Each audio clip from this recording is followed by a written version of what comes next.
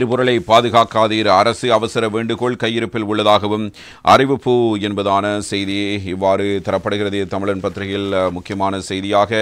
எனவே எரிபொருளை பயன்படுத்துவதற்கும் சேர்ப்பதற்கும் சிலர் முயற்சித்து வருகிற நிலையிலேயே அமைச்சர் இந்த கருத்தினை முன்வைத்திருக்கிற எரிபொருள் விடயத்தில் மக்கள் வீணே அச்சம் கொள்ள தேவையில்லை. எதிர்வரும் 2.5 மாதங்களுக்கு தேவையான மொத்த எரிபொருள் விநியோகத்தை மேற்கொள்ள முடியும். தேவையான எரிபொருள் களஞ்சப்படுத்தப்படுகிறது. சர்வதேச மட்டத்தில் இடம்பெறும் போர் சூழ்நிலையால் எரிபொருள் தட்டுப்பாடு ஏற்படுவதற்கான வாய்ப்பில்லை. அவசர நிலைமைகள் ஏற்படும் பட்சத்தில் அதற்காக மாற்றுத் தீர்வுகளை எடுக்கவும் அரசாங்கம் தயாராகவே இருக்கிறது. அதனால் அவசியமின்றி எரிபொருளை சேகரிக்கவோ அல்லது விநியோகிக்கவோ வேண்டாம் என்பதாக வலுசக்தி அமைச்சர் குமார் ஜெயக்கொடி தெரிவித்திருக்கிறார். இம்மாதத்தில் எரிபொருள் விலையில் மாற்றம் ஏற்படாது என்பதோடு எரிபொருள் விலை சூத்திரத்துக்கு அமைய இம்மாதம் பெற்றுக் கொள்ளப்படும் தொகைக்கான விலைப்பட்டியலின் அடிப்படையிலேயே அடுத்த மாத எரிபொருள் கட்டணம் தீர்மானிக்கப்படும் என்றும் அவரால் கூறப்படுகிறது. நாட்டில் எரிபொருள் தட்டுப்பாடு ஏற்படுவதற்கான வாய்ப்புகள் இருப்பதாலும் அதனால் எரிபொருளை சேகரித்து வைத்துக் கொள்ளுமாறும் போலி அறிவிப்புகள் வெளியாகி வருகின்றன. இந்த விடயத்தை முழுமையாக கண்டிக்கிறோம். நாட்டின் தற்போதைய எரிபொருள் இருப்பை கவனத்தில் கொண்டால் தற்போதும் எதிர்வரும் 2.5 மாதங்களுக்கு, அதாவது எதிர்வரும் ஆகஸ்ட் மாதம் இறுதி வரைக்கும் தேவையான மொத்த விநியோகத்தை மேற்கொள்ள முடியும். அதனை உறுதிப்படுத்திக் கொண்டிருக்கிறோம். தேவையாக எரிபொருள் தொகை எமது களஞ்சியங்களில் இருப்பதோடு தற்போது வரையில் இறக்குமதி செய்யப்படும் எரிபொருளை கொண்டு தேவையை நிவர்த்தி செய்து கொள்ளக்கூடியதாக இருக்கும்.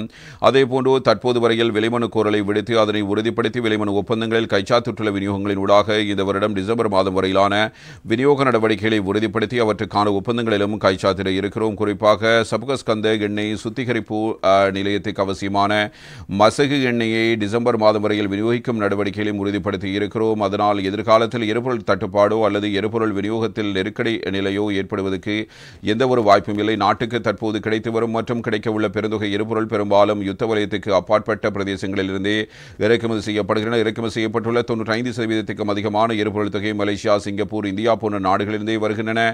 மசகு எண்ணெய் சுத்திகரிக்கப்பட்ட எரிபொருள் என்பனவும் போர் வலயத்துக்கு அப்பால் இருந்தே இறக்குமதி செய்யப்படுகின்றன. அதனால் 2.5 மாதங்கள் வரை எரிபொருள் விநியோகம் ஸ்தம்பிக்கும் வாய்ப்புகள் இல்லை.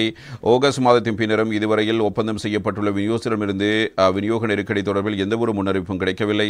அதன் காரணமாக நுகர்வோர் அவசியமின்றி எரிபொருள் தொகையை சேகரிப்பதற்கான அவசியமில்லை. தேவையின்றி எரிபொருளை சேகரித்து சாதாரண நுகர்வுக்கு அப்பாலான தொகை சேகரிப்பின் காரணமாகவே இவ்வாறான எரிபொருள் தட்டுப்பாடு ஏற்படுகிறது. அச்சப்பட வேண்டாம். அச்சப்பட்டு அது தொடர்பில் விரைந்து செயற்பட மக்கள் நடவடிக்கை எடுக்கக்கூடாது. எனவே எரிபொருள் விடயத்தில் அரசாங்கம் மிக அவதானத்துறையை செயற்பட்டு வருகிறது.